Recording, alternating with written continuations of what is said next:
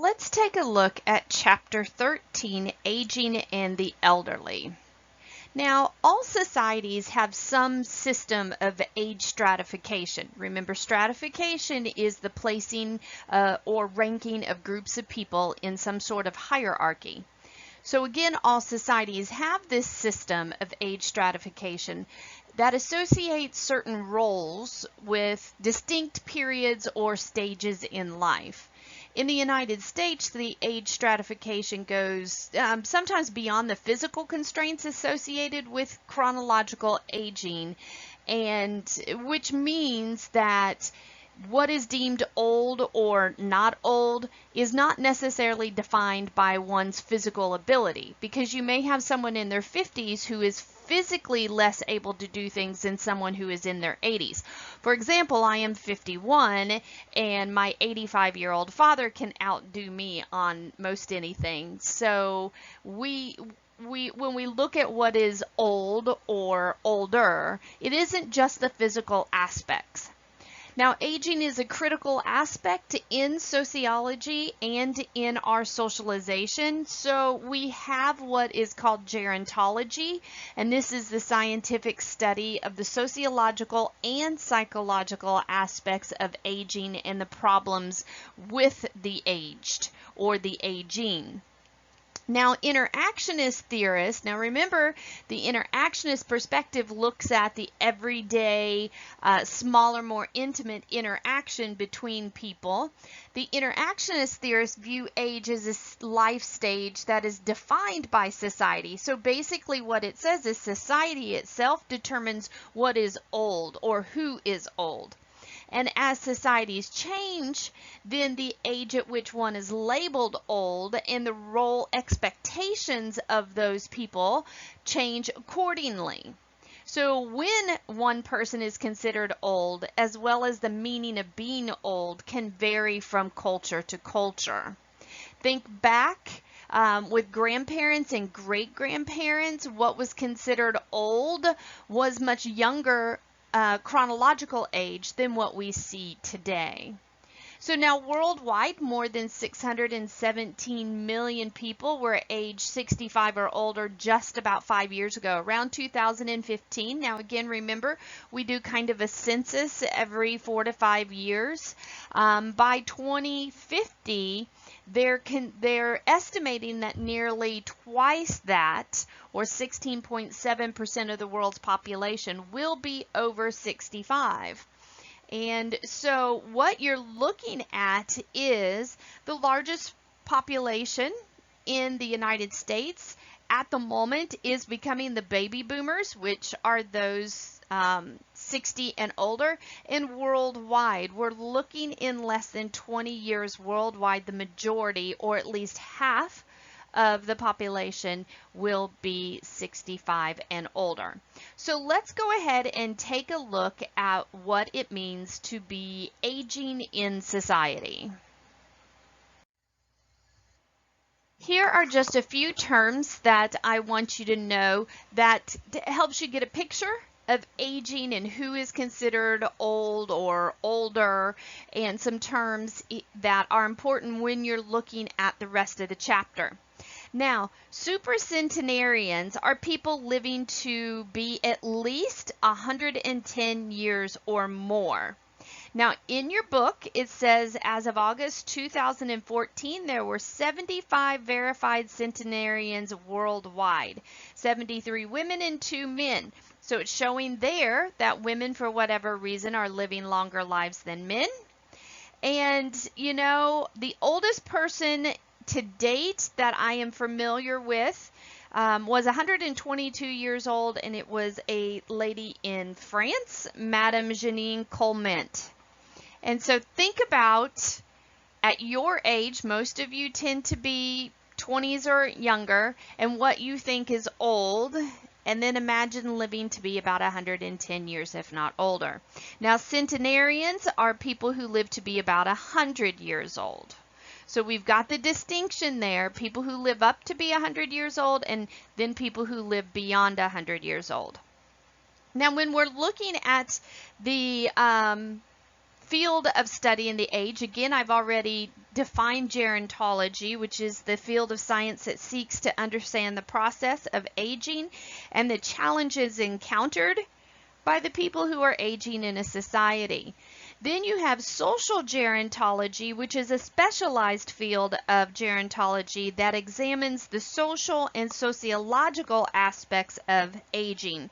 So they're going to look at what happens to individuals in society, their connections in society, how society adapts to their aging individuals, and all the impact of the two together. So aging and how that fits into the current society. Then when we also look at what is the median age, the median age in the United States right now is between 40 and 50. About 10 years ago, it was 40, but now the median age is rising because people are living longer. And so we guesstimate average age, median age between 40 and 50. If you get that question and you have a choice between 40 and 50, I would choose more 40. But if you get a range, the range would be 40 to 50. And now, of course, as I just said, the median age is increasing, which is indicating that the people within a society is living longer. So we're going to watch this. And then when we look at all of gerontology and we look at aging in society, what I want you to start looking at personally on a day-to-day basis is look for evidence out in your communities and look for evidence on a more national level, such as healthcare and laws and things, and how do those fit in to the aging population in our society? Are they changing to adapt to the fact that one of the largest groups of population in the United States are now 60 and older? So many of you may not have thought about what the impact of the individual is in society and how society has acclimated to that. But let's start paying attention to that now that you're studying this. And you'd be surprised that the United States isn't quite up to par yet with meeting the needs of this larger population. When we look at our population as an aging cohort or an aging group, we have the term what is called the graying of America. And the graying of the United States is just a phenomenon that will continue from here on out because, as I said, the largest group of Americans is 60 and older. So this trend has significant social, political, and economic repercussions. As a society, we are going to have to start looking at these three spheres, social, political, and economic. You can add on the sphere of healthcare to that, and how are we going to acclimate and change these to better serve this graying group of Americans? Now, the typical elderly person in the United States enjoys a standard of living that seems to be much higher now than in any point in our country's history. And so we have what is deemed a term called ageism. Now, ageism refers to the prejudice and discrimination based upon a person's age. Now, ageism is always connected or immediately connected with an older person, but ageism can be directed at a younger person. For example, if you are trying to get a job and you are 20 years old and you're going up against someone who's 25 or 30, you may not get the job as the 20-year-old because you're seen as too young, not experienced enough, and that is ageism. Okay, but for the most part, we always seem to associate ageism just with the older. So I wanted to give you that aspect to remember that ageism kind of hits both ends of the spectrum here. Now, for example, with ageism and to counter ageism, we're looking at employers are increasingly becoming aware that their employees will remain working past the age of 65. And so in little more than a decade, the percentage of older people who are working will pretty much double. And so then now we have what is the ADEEA, which is the Federal Age Discrimination in Employment Act, which will somewhat protect the older individuals from being fired because of their age or being replaced by someone that is younger. Now, the largest organization representing the nation's older population is AARP, which, in recognition of many older individuals still employed, has dropped its full name, which is American Association of Retired Persons. That's what it originally stood for. Now the potential power of the AARP is growing, and it no longer stands for just people who are retired. It is anyone AARP, anyone who is, I believe, 50 and older at this point qualifies for AARP, and this organization represents the needs and the things that the older population will experience. Now, I know for a fact that my husband absolutely refuses to become a member of AARP. I'm open to it just for the discounts, so there you go. AARP looks at things such as social, economic, legal, health-wise, and it is an organization that is evolving, ever evolving, to meet the needs of the aging population in the United States. As I mentioned, our largest cohort or group of population in the United States is becoming the baby boomers. So I just want to give you a little brief overview of who the baby boomers are. Now, baby boomers were born between 1946 and 1964. So this age group has redefined what it means to be old. Now, what that means is that what we thought was old at the age of 40 or 45, people now are experiencing those lifestyle changes more in their 60s and 70s and 80s. So it isn't necessarily old to be 50 or 60 or 70 years old. Now again, most of you students are much younger, so you see someone who's 30 or 35 or 40 as being old, when in fact, the older you get, what is deemed old is not even until you hit like the 80s. And even then, keep in mind that there are individuals in their 80s that are very, very active, individuals in their early 90s that are very, very active.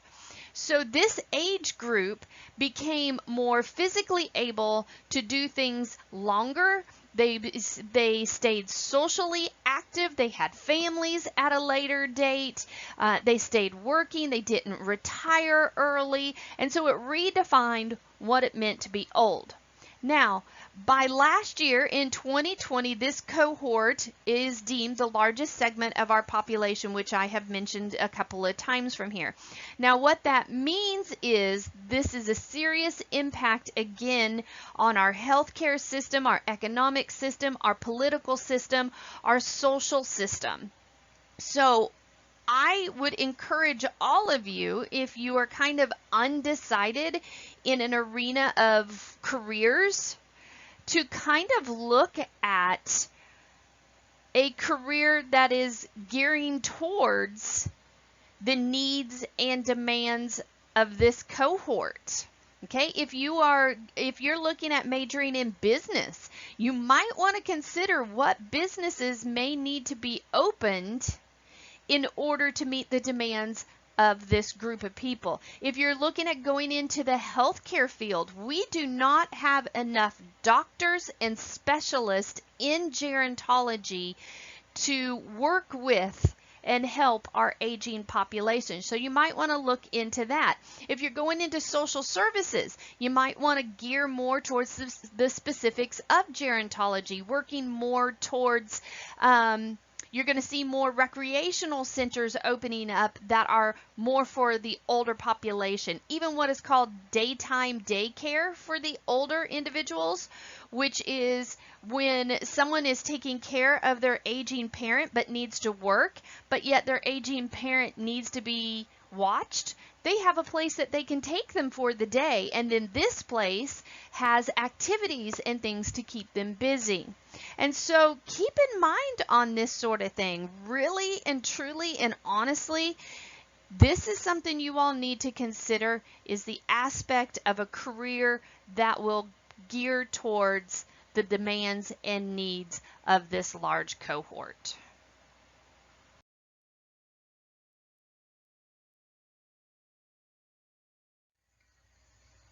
When we look at the processes of aging, we now have a term that is being called and being used, life course. Now, life course is simply the period from birth until death and the various stages in between. You would have formerly known it as being called the lifespan, okay, or our lifetime. It is simply anything that happens between the time we are born and the time that we die. Now, when we're looking at the process of aging and we're looking at moving from what is considered young into older, the first transitional period in life course begins at a time when an individual gradually enters the adult world. Okay, so when we first look at our life course and we transition this, we go from what is being considered a child into the adult world. Now, the second transitional period begins about the age of 40 or 50 and is commonly known as midlife. And this is where you get the term when people have midlife crisis, like they act out and they do things that are geared or what is seen to be much younger than what they were previously.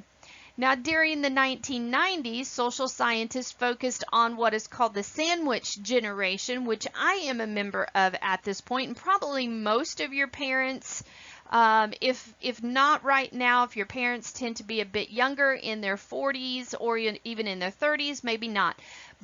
But individuals in their mid to late 40s going into their 50s are called sandwich generation, and they are those adults that try to meet the competing needs of their parents, taking care of their parents as they're aging, as well as taking care of their own family, their own spouse, and their own children. So you see how it's called the sandwich generation, because we are in the middle of taking care of our own nuclear family as well as the needs of our aging parents. Now, women are much more likely to be family caregivers than men are, and therefore more likely what we see as being sandwiched in between the two generations. Now, the last major transition that we see in the life course, for whatever reason, seems to be hit at 60. And so you can see that we have kind of, as a society, divided our life course into three segments. So you have the first segment, which is birth until young adult. Then the second transition period is going from young adult into about your 50s. And then the third life transition or segment is about 60 and older. So when we hit 60, now mind you, most people are working later in life. It used to be retirement age was 60 and then it was 65. Now the average age of retirement is 68 to 70. But we experience retirement, of course, varies based on gender, race, ethnicity. It varies, our retirement varies based on physical capability, mental capability. And so retirement is a series of adjustments that will differ from individual to individual. Now, my father actually retired at 65, but he remained actively working up until his late 70s. My mother, however, was unable to continue working in her early 70s due to the onset of dementia. Some people get dementia even in their 50s and 60s. And so, again, retirement's going to differ based on the individual's capabilities. Now, gerontologists look at or conceptualize retirement as a series of phases rather than a single transaction or a single transition. Kind of like other aspects in the life, the retirement experience varies. So again, someone might go from full-time work to just part-time work, and then after that, they may quit work altogether. And retirement could also be that some people don't work at all. They've stopped working, but yet they stay very socially active. And then as they get older, they may even pull back from those social aspects, which we're going to talk about in just a moment. Now, with the improvements of healthcare, older Americans have gained new choices on lifestyles, where they're going to live. You're starting to see these developments pop up in the last 10 years or so, which are these senior communities where you have to be 60 or 65 and older in which to buy a house and live in them. And then they're geared towards the activities and the physical and mental and needs of the aging population. So we have what are called naturally occurring retirement communities. And so you see these. The biggest ones probably around our area are Sun City and some others that have popped up. And so these are called naturally occurring retirement communities. Now, until recently, when we look at the life course, we didn't really want to talk about the very end of the life course, which is the death process. Now, talking about death and death itself in our society was viewed as a taboo topic, and so everybody wanted to stay away from it. It was kind of like a dark topic. And so more recently, however, there have been more open discussions about death and dying, encouraged by psychologists, sociologists, healthcare professionals.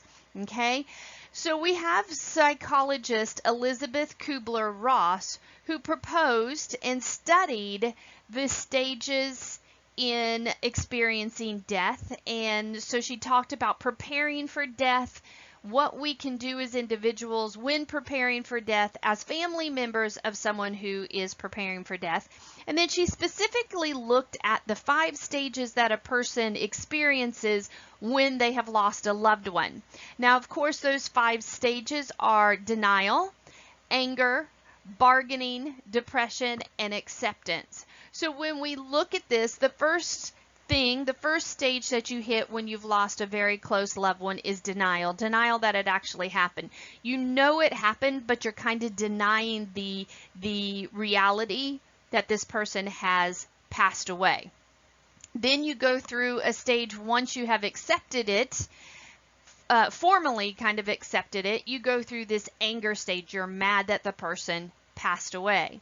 Once you're past anger, then you start kind of bargaining, with your higher deity or God. Okay, God,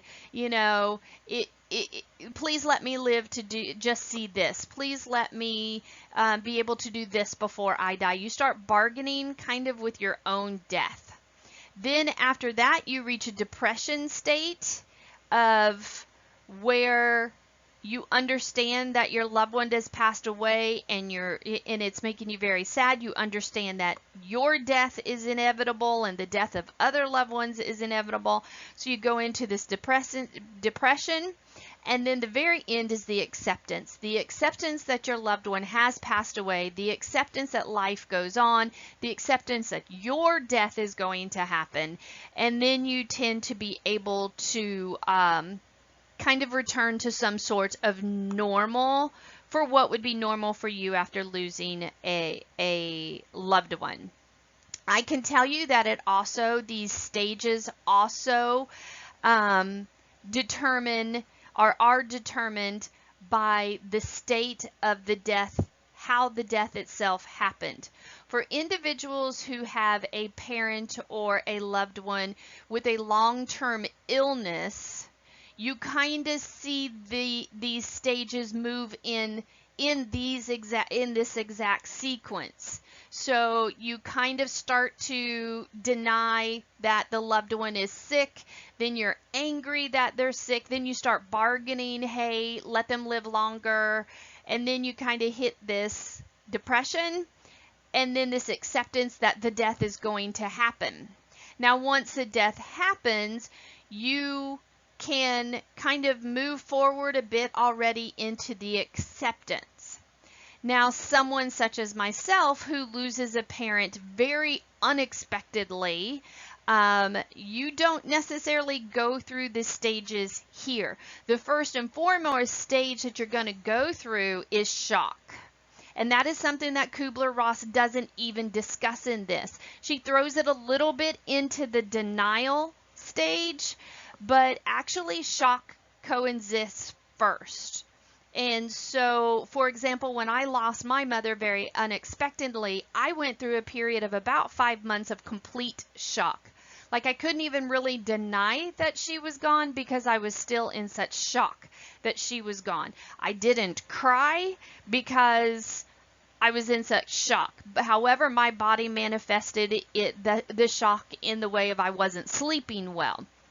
And so once the shock wears off, for me, again, it was about 5 months, then I went through the grief period.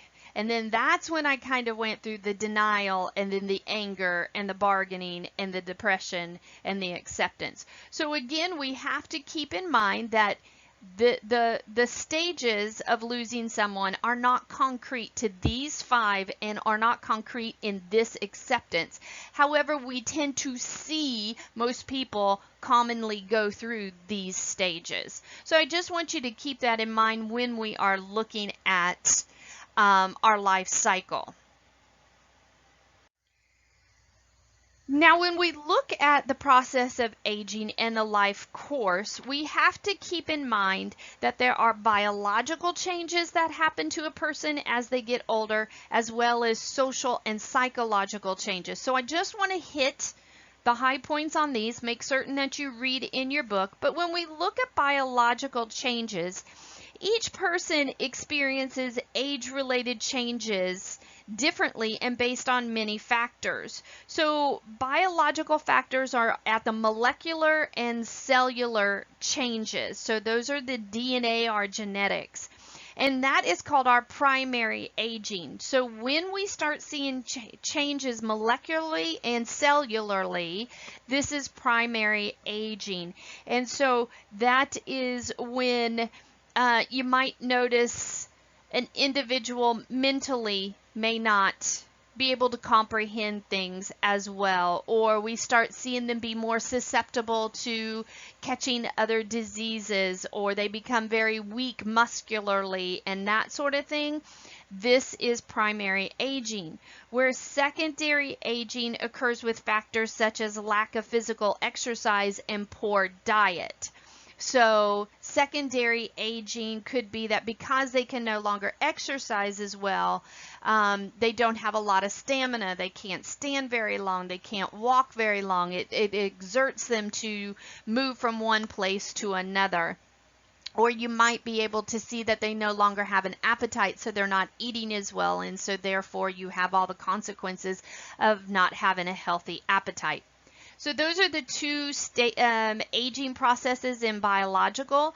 Then you look at social and psychological changes, and these more are psychological changes such as struggling to mentally accept that you're moving into the last stage of life, that you're getting older, because we do tend to fear in our culture death and what goes on. So while people may say, I'm not afraid of dying, I know where I will go spiritually after I die, we still psychologically kind of enter this hesitance into entering what we see as our last stage in life. And then social, most people will do one of two things as they get older. They will either withdraw completely from society and kind of just hibernate away, or other people will want to remain very active and very social and working as long as possible while they are aging. So you've got, it depends on the individual, and you never can read that into a person. You never really can guess which direction they're going to go with that. I have seen people who are very, very active and hit just a certain age, or they hit a health crisis and mentally they shut down and physically they shut down. And then I've seen other people who weren't very social, such as my father. Although he worked a lot, he was not very social outside of the family. And then as he got older, and especially after he lost my mother 3 years ago, it was very, very important for him to start engaging in some sort of social life and social activities. And so now it's very important for him to be members of certain organizations that meet regularly so that he can interact with people. It's very important for him to reconnect with family members and friends that he hasn't seen for very long. So again, I just want you to know in the process of aging, you've got to look at it on a biological element and then a social and psychological element.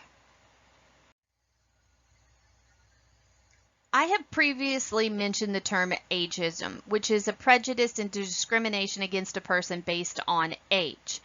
Now, one of the things that I want you to take into consideration is the mistreatment and abuse of people who are older and that come along with ageism. Now, believe it or not, mistreatment and abuse of the elderly is a major, major social problem that our society does not really want to pull back the curtain on and discuss, but it is actually quite significant. We see it not only in nursing homes, but also in home health. Those who mistreat and abuse the elderly can be family members. It can be someone that you hired. It could be a professional, such as a nurse or a doctor. Anyone is subject to the abuse and mistreatment, and anyone actually conducts it. So we cannot stereotype who mistreats and abuses the elderly or which of the elderly will be. But this is a subject that we're going to have to face in this country. And because more and more of our individuals are becoming older and then will be dependent on the care of someone else. And so elder abuse occurs when a caretaker intentionally deprives an older person of care or harms the person in his or her care. Okay, so elder abuse isn't just that they are physically being abused. They are being beaten, or they're being manhandled really roughly and that sort of thing. It is also the denial of care or treatment that a person needs. Okay, so you have individuals who have a loved one or someone that they're taking care of, and let's say that in the course of their health issues, this person becomes more in pain, but the caregiver, be it whether a family member who denies that this individual is really in pain, so therefore denies the help that they need. They won't call in a doctor. They won't tell the doctor that their loved one is in pain. Or it could be that a hired individual just does not give them the medication that they need. So keep in mind that mistreatment and abuse could be one of two things: denial of the care that they need, or physically harms someone in their care. Now, in your textbook in Chapter 13, there is Table 13.1, which is signs of elder abuse that I want you to look at and to know. There is physical abuse, sexual abuse, emotional and psychological abuse, neglect, financial abuse, and self-neglect. So I want you to know that table. I want you to understand which of the 5 types of abuse and the signs and symptoms that are attached to each one. There are many theories that kind of help determine or describe theories of aging and what happens when we're aging. So I want to look at the 3 sociological perspectives and their theories about aging. So remember, the 3 sociological perspectives are the functionalist, the conflict, and the interactionist. So let's look at the first 3, which is the functionalist approach. Now, the functionalists have 3 theories about aging. The first is the disengagement theory, which contends that society and the aging individual mutually sever many of their relationships. So disengagement theory emphasizes that passing social roles on from one generation to another allows for society to be stable.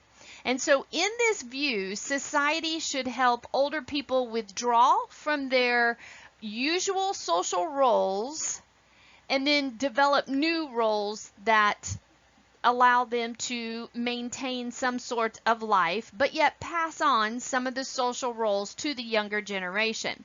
Now, today, gerontologists and sociologists are more likely to see the elderly in terms of social connectedness and post-retirement, and looking at employment and volunteering actually happens a lot when someone gets older. So the disengagement theory simply says that society and the aging individual mutually kind of agree that when you hit this stage in life, you're no longer going to do these social roles. We're going to pass that on to the next generation. Now, the second is the activity theory. Now, the activity theory states that elderly persons who remain active will be happier, and social involvement allows for an individual to live longer. And so the activity theory states that when a person remains active, even into older age, they will live longer and remain happier. Now, the continuity theory states that the elderly make specific choices to maintain consistency in internal and external structures. Internal meaning their beliefs, their values, external meaning relationships between other people, and they also maintain consistency in remaining active and involved in activities and involvement with other individuals throughout their older years. Okay, and so the continuous theory says that an individual that maintains some sort of agreed upon activity and mentality, holding on to their beliefs, their values, a person who remains active into older age will remain and have a more stable type of aging process. So these three are the functionalist perspective. Now let's look at the three theories that fall under the conflict perspective. Now, conflict theorists have criticized both the disengagement theory and the activity theory for failing to consider the impact of social structures on aging. So conflict theorists say, hey, you kind of ignored how society is set up and how it impacts those that are aging. So in the conflict view, the privileged position of the upper class generally leads to better health and vigor and to less dependency in old age, where those who are in a lower social class become more dependent quicker on someone else. Now remember, the basis of the conflict theory or the conflict perspective are two groups in conflict with each other over some sort of resource. Okay, so according to the conflict approach, the treatment of older people in the United States reflects the division that we have in our society. It reflects the division based on socioeconomic, meaning money. It's based on the division of race or ethnicity. It's based on the division of sex and gender, and it's based on the division of age. So in it, the conflict theorists have stated three theories. Now, the first theory is the modernization theory, and this was done by Cowgill and Holmes, and it suggests that the primary cause of the elderly losing power and influence in society are parallel forces of industrialization and modernization. So what it's saying is, as a society modernizes, think about with technology, and we modernize into ways in which even like how our cars are run today and the capability of our cars, and just as the modern changes in society happen, the older people cannot keep up and adapt to these more modern ways of doing things. And so therefore, they start to lose power and influence in society. So for example, I know I talk about my father a lot in this one, but my father, about 2 years ago, decided he was going to get a cell phone, and he was going to get an iPhone, and he decided he was going to get a laptop, and he wanted to get on Facebook, and on the cell phone he wanted to know how to take pictures, and he wanted to know how to send a text, and on his computer, how do you send an email? Okay, so what he was doing was he was trying to adapt and learn these new modern technologies so he wasn't left behind. He fully understood that his family, his children and his grandchildren lived 6 hours away, and so on Facebook we would post pictures. So it was a way for him to stay connected to us when he lived 6 hours away. This cell phone was an easy way to call if he was out. He understood that he needed a cell phone the more he was out and about in case something happened. He wanted to learn how to send text. That was easier sometimes than calling. So again, you see this modernization theory that says as society progresses and changes more with technology and that sort of thing, the older people cannot keep up with that. So they lose power and status. Now, the second theory is the age stratification theory. And through this theory, it states that first we suggest that members of society might be stratified by age, and then they are also stratified by race, class, and gender, as I said before. Because age serves as a basis for social control and the perception of what is deemed old, and when certain people reach certain ages, they should do this, but they shouldn't do that. We have this theory that as we enter into these certain age groups, there's social expectations of what we should or should not do. And that is age stratification theory. So individuals then lose certain status or power or control because now they're seen as older, and that age group shouldn't have that. Now, the last theory in the conflict perspective is the exchange theory, and this suggests that we experience an increased dependence as we age and must increasingly submit to the will of others because we no longer can get them to do what we want them to do. So we're exchanging power.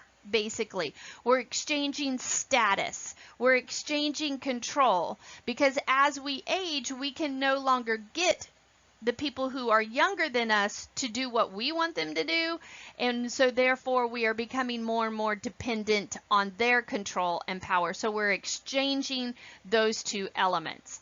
So those are the three theories that fall under the conflict perspective. The last two theories fall under the interactionist. Your book calls it symbolic interactionist. And these two theories are probably kind of the hardest to comprehend and to understand. They're the ones that you're going to have to kind of digest a bit more. But let's look at them. The first theory is the subculture of aging theory. Now, in this theory, it focuses on the shared community created by the elderly when they are excluded, whether voluntarily or involuntarily, from participating in other groups. So what this means is, as we get older, we are no longer included in certain groups or certain activities. Okay, and so what has happened now is you see these cohorts or these groups of aging Americans starting to develop their own organizations and their own groups to remain active. So for example, the recreational centers that you see, this is an example of that. This is a place where the aging individuals can go, and now within it they can still do activities that they are capable of doing and keeps them connected. Again, my father joined the Moose, and he is a veteran. And so the American Legion is a group of people that you'll see of these age groups that come together, and then they determine activities that they all can participate in that keep them active and keep them connected with each other. So the subculture of aging theory just says that as we age and we get excluded from certain things, we will form other groups of like people to do activities that keep us connected. Now the last one, which is the selective optimization with compensation theory, is probably one of the hardest to understand. But basically what it says is the idea that successful personal development throughout the life course is based on the mastery of challenges associated with everyday life for components of selection, optimization, and compensation.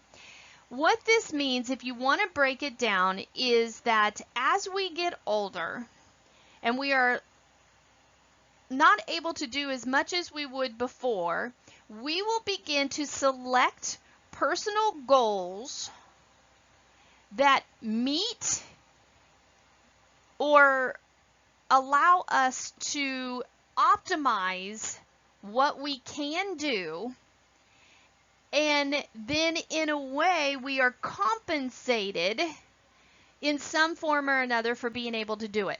So here's an example of that. And I know you're sitting there going, Dr. Johnson, what in the world did you just say? Basically what it means is a person will select certain goals based on what they are capable of doing. Okay? And then because they achieve those goals and they are able to do those goals, they will be compensated in some form or another. It doesn't mean compensation such as money. It could be, for example, if you can no longer work full-time because 40 hours a week might be too draining on you, then what you do is you select to go part-time. And so part-time allows you the rest period that you need, but it also allows you to still receive some form of income coming in. It could be that you can no longer, walk 5 miles a day. So you set a goal that you can walk 2 miles a day and not get real drained from it, or it's not too overwhelming for you.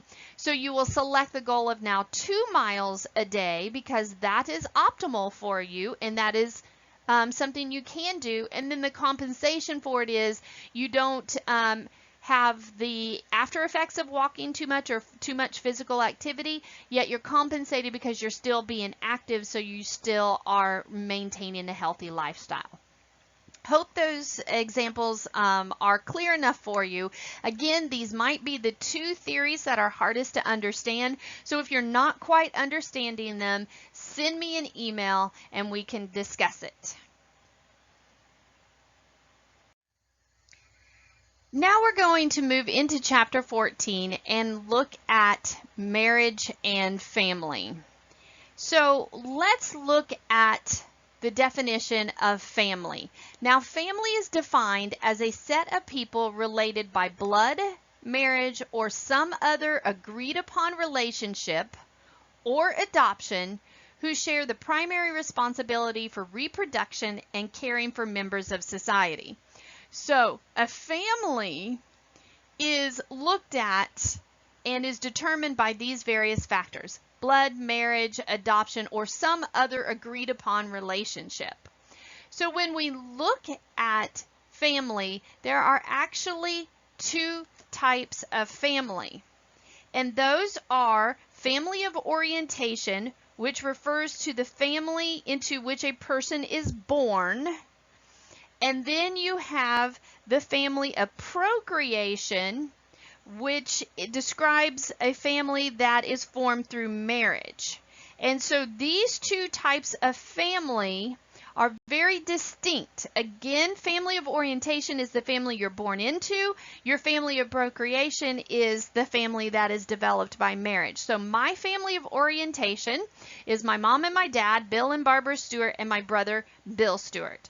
My family of procreation is by marriage, which then is the family that my husband, Kyle, and I developed, and then his family, his mother, father, siblings are family of procreation because there is a family that is formed through marriage. So know these two types of families.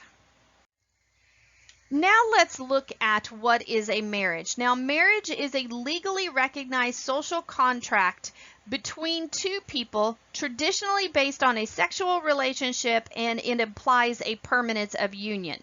Now look at this definition. This definition specifically said a social contract between two people. That is a very ethnocentric definition of marriage. Now remember, you learned the term ethnocentrism back in Unit 1. This is an ethnocentric definition because in our culture we practice monogamy, which means that you can only be married to one person. Okay? However, many cultures around the world practice polygamy, which means they are married to more than one person at the same time. So this definition really is ethnocentric. But let's look at the two types of marriages, monogamy and polygamy. Two types of marriages, monogamy and polygamy. Monogamy, as I said, means you are legally married to one spouse. Serial monogamy means that a person has been married multiple times throughout their lifetime, but to only one person each time. Now, polygamy is having more than one spouse at the same time. Polygyny is a man having more than one wife at the same time. And polyandry is a woman having more than one husband at the same time. Now, for the cultures around the world that do practice polygamy, the majority, I'm going to say about 95% of them, practice polygyny, where a man has more than one wife at a time. Only about 5% of the cultures around the world practice polyandry, which is where women have multiple husbands at the same time. So again, let's look at those two. The two types of marriage are monogamy and polygamy. Now, in the United States, it is illegal to be married to more than one person at a time, and that term is called bigamy. And that is considered a felony in the United States. So it is a felony to enter into a marriage with one person when you are still legally married to another person, and that is called bigamy. When we talk about marriage, we have to look at the different aspects of mate selection. Basically, who you are going to select to marry, or who someone else is going to select for you to marry. There are certain terms that describe each. So let's look at these aspects of mate selection. Endogamy means that you will select people within your own type of group. So you will select someone within maybe your own racial group, or your own ethnic group, or your own religious group. And so endo, meaning within, means you are going to marry someone who is within the same type of group that you are in. Now, this is intended to reinforce kind of like group cohesion. It also seems to be the social norm in the United States. You may also select someone within your own social status or your social class, or you might select someone within your own educational level. All these variances, factors vary which group, but the whole purpose of endogamy is that you will pick someone from within a group that you belong to.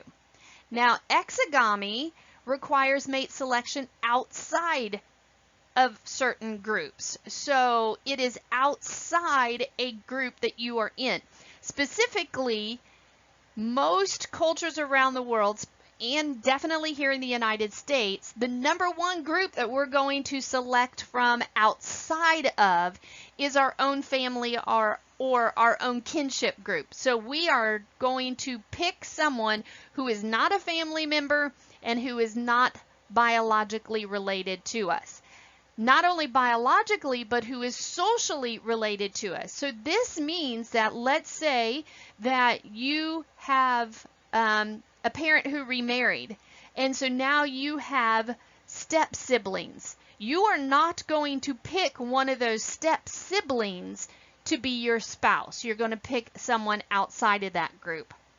So exogamy means mate selection outside of a certain group. Now, I have a friend of mine who grew up Catholic, but she actually fell in love and married someone who was Jewish. So she picked someone outside of her religious group.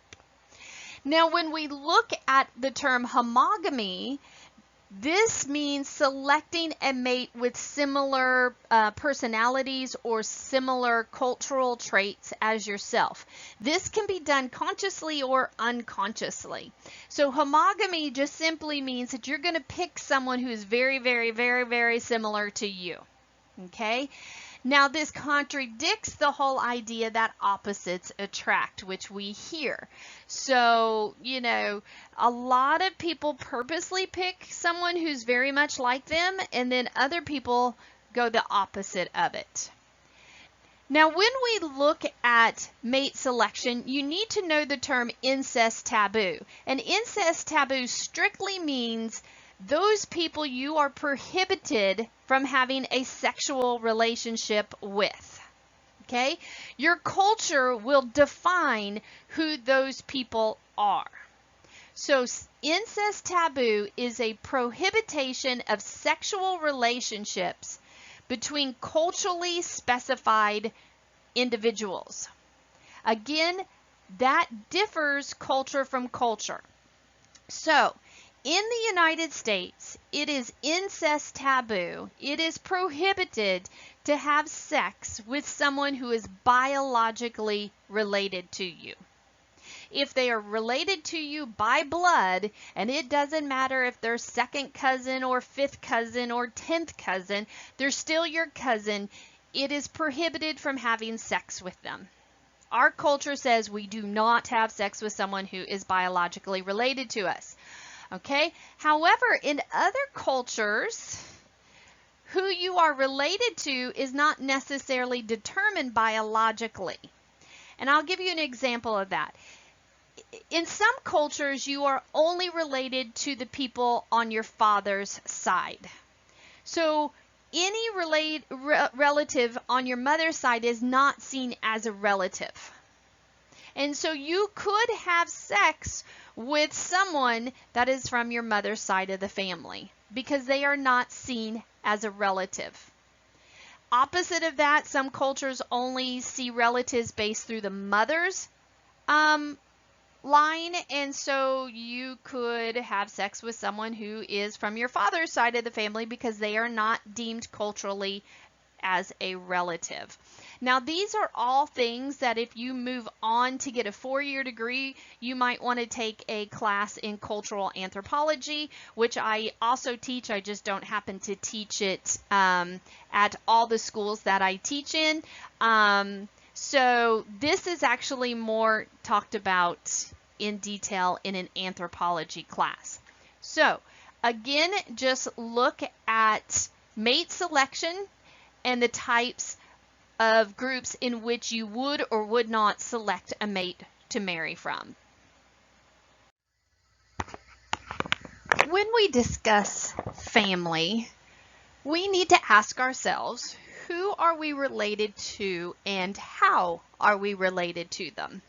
Now, many of you are probably thinking, well, really, I know who I'm related to. It's everyone on my mom and dad's side.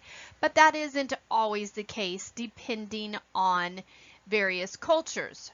So let's look at first, what is the definition of kinship? Kinship is the culturally learned state of being related to others.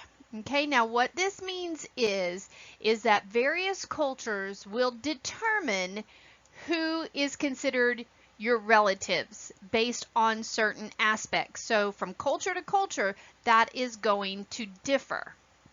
So again, kinship is the state of being related to others, and it is culturally defined and learned. Now there are two systems or two types of descent patterns, meaning who are you descended from. There is bilateral descent and unilateral descent. Okay? Bilateral descent means that you are related to people on both sides of your family equally. So you are related to the people on your father's side of the family, and you're related to the people on your mother's side of your family, and you're related equally. Bilateral, bi meaning two. Okay?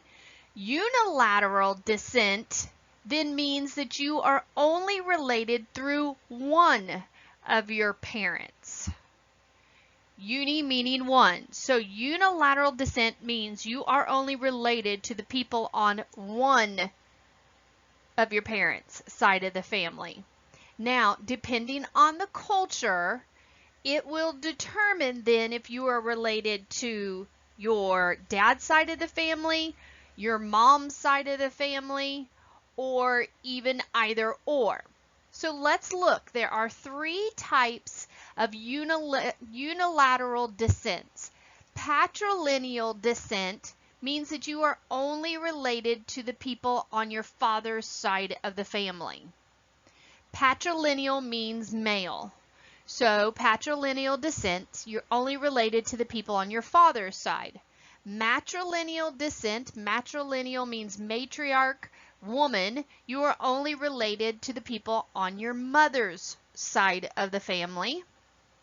Ambilineal descent means that a culture can define either father or mother. So you have some cultures that are strictly patrilineal, meaning everything is through the male. You have some cultures that are strictly matrilineal, meaning only through your mother. But you have some cultures that, based on different factors, some groups in that culture may be patrilineal, while other groups in that very same culture may be matrilineal. So that's called ambilineal.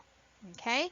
So that is the descent patterns, who you are related to, and who you are descended from.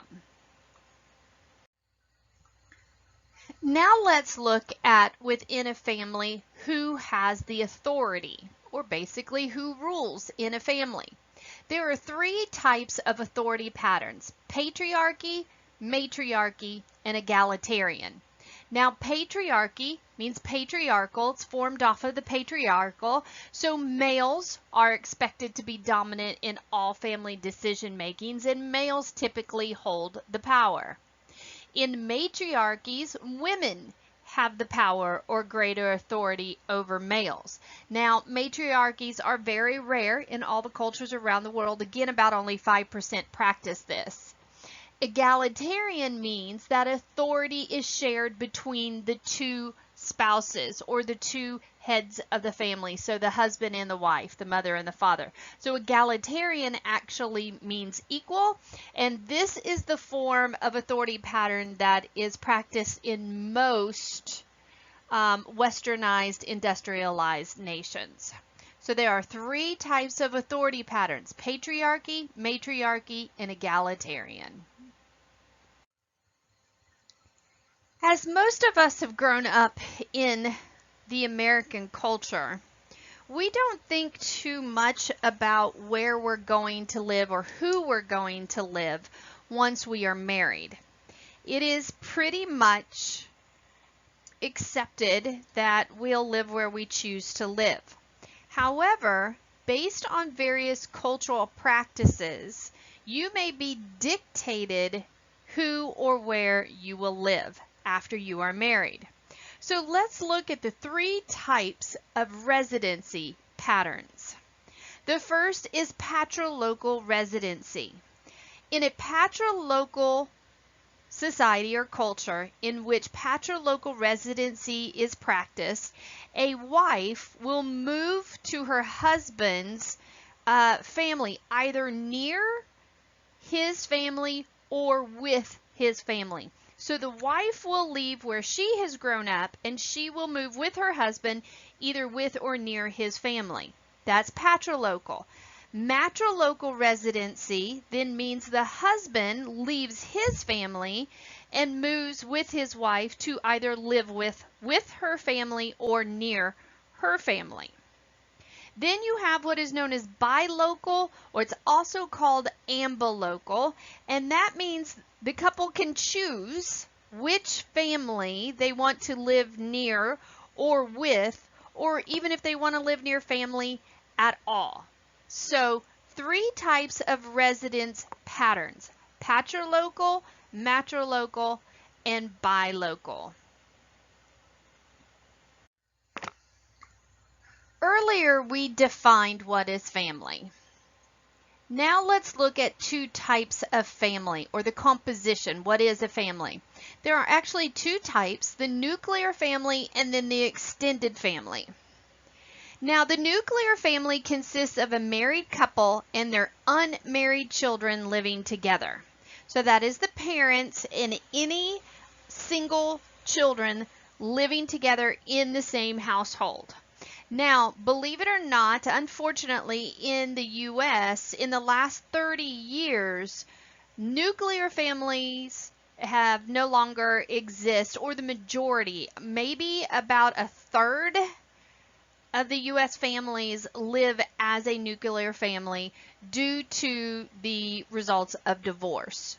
So again, nuclear family consists of married couple and any of their unmarried children living together in the same household. Extended family then is a family in which relatives live in the same home as the nuclear family. So you have the nuclear family and then you have any other relative living in the same household. Now, do not get confused. We use the term extended family just to label anyone who is a relative. Okay, so actually that word is being used incorrectly. So extended family is not the nuclear family and all other relatives. However, it is the nuclear family and any other relative living in the same household. So know the difference between the 2. Have you ever thought about what is the purpose of the family or the function of the family? Why does it exist? What is its responsibilities as a unit? Well, sociologist William Ogburn actually came up with 6 functions that the family serves for individuals within a culture. Number 1, reproduction. So of course we get married for the sole purpose of procreating, of reproducing, having children. Second, protection. Family members are pretty much obligated to protect each other.